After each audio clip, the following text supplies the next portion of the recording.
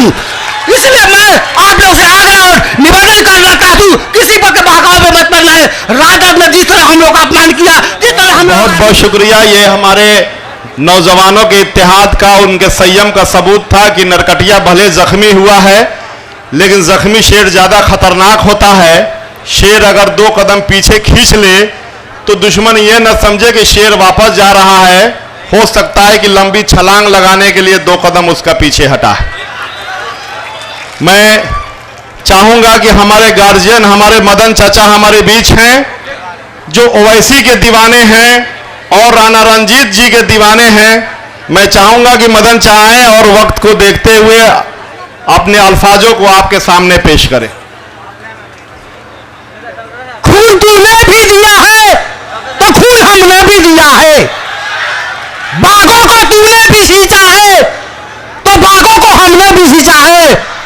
आओ वफा के गुण गाए, हिंदू मुस्लिम एकता को बढ़ाए, क्योंकि हिंदुस्तान तुझे भी प्यारा है तो हिंदुस्तान मुझे भी प्यारा है। कुछ कहने से पहले यहाँ ढाका की सरजमी पर जितने भी हमारे दोस्त साथी आए हुए हैं, सबको मैं खैर मकदम स्वागत इस्तकबाल करता हूँ। एमआई को मुहिम को आगे बढ़ाने के लिए, ढाका की सरजमी को एक नई पहचान, नई उड़ान देने के लिए आप लोगों ने इस जमी पर आए हुए हैं, अपना बहुमूल्य समय निकालकर मैं तहे दिल से शुक्रगुजार हूँ।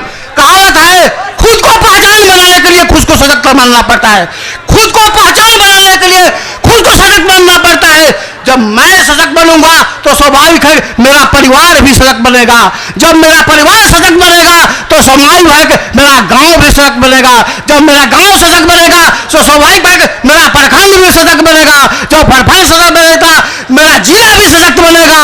क्योंकि man is a social animal, मनुष्य एक सामाजिक प्राणी होता है जो एक दूसरे की भावनाओं को समझता है, एक दूसरे का सम्मान करना चाहता है। मैं मुस्लिम भाइयों से आग्रह, निवेदन और इत्तजा करना चाहता हूं कि बनिए, लेकिन पानी की बुलबुलों की तरह मत बनिए जिसकी कोई औजूद न हो। हजारों बुलबुलें मरकर भी अपनी पानी में औजूद नहीं बना सकते।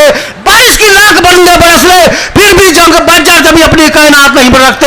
हम में और तुम में इस देश के गद्दारों इतना फर्क है, तू पानी से नहाता है अपने लिबास बदलने के लिए, लेकिन यहाँ उपस्थित हम सब से पसीने से नहाते हैं इतिहास बदलने के लिए। क्योंकि इतिहास में नाम शोर से नहीं संघर्ष से बनता है। संघर्ष कोई प्रयास नहीं होता जो ऐसी कर ले और संघर्ष हासिल कर ले। संघर्ष तो संघर्ष होता है। भारतीय सैनिक जो हमारी सीमाएं पर लड़ते हैं वो बुद्धि और कायर नहीं होते, वो शेर होते हैं जो सीने पर वार करते हैं। क्योंकि जानते हैं हमारे दोस्तों, वो टूटना जानते हैं, झुकना नहीं जानते, मिटना जानते हैं, डरना नहीं जानते। जब वो मैदान जंग में संघर्ष करते हैं तो पूरी आवाम, पूरी कौम घबरा जाती है। हम उन्हें आसमां को रुख पड़ना पड़ता है, ये धरती मैया भी घबरा जाती है। इसलिए मैं आप लोग से आह्वान और इस्लाह करना चाहता हूँ कि ओवैसी साहब को हाथ को मजबूत करे, राणा साहब को हाथ को कहावत है, ओवैसी की शान है पतंग, राणा की जान है पतंग, ढाका से जीतेगा पतंग, इसलिए हम पब्लिक की मान है पतंग। इसलिए मैं आप लोग से आग्रह और निवेदन करना चाहता हूँ, किसी पर बहकावे में मत पड़ना है। राजद ने जिस तरह हम लोग का अपमान किया, जिस तरह हम लोग का किया है, आज वो उसका हाल ऐसा हो गया है कि जानते हैं गरीबी में आटा गीला होना, एक कहावत है गरीबी में आटा गीला होना। अगर आपके पास आधा किलो आटा है और गुनने चले तो और गीला हो जाए तो आपके पास परछन तो बचा हुआ है नहीं जिससे फिर से रोटी का निर्माण कर सकते हैं। उसी हाल राजद का हो गया है। हम लोग ठुकराकर उसने बहुत बड़ी गलती की है।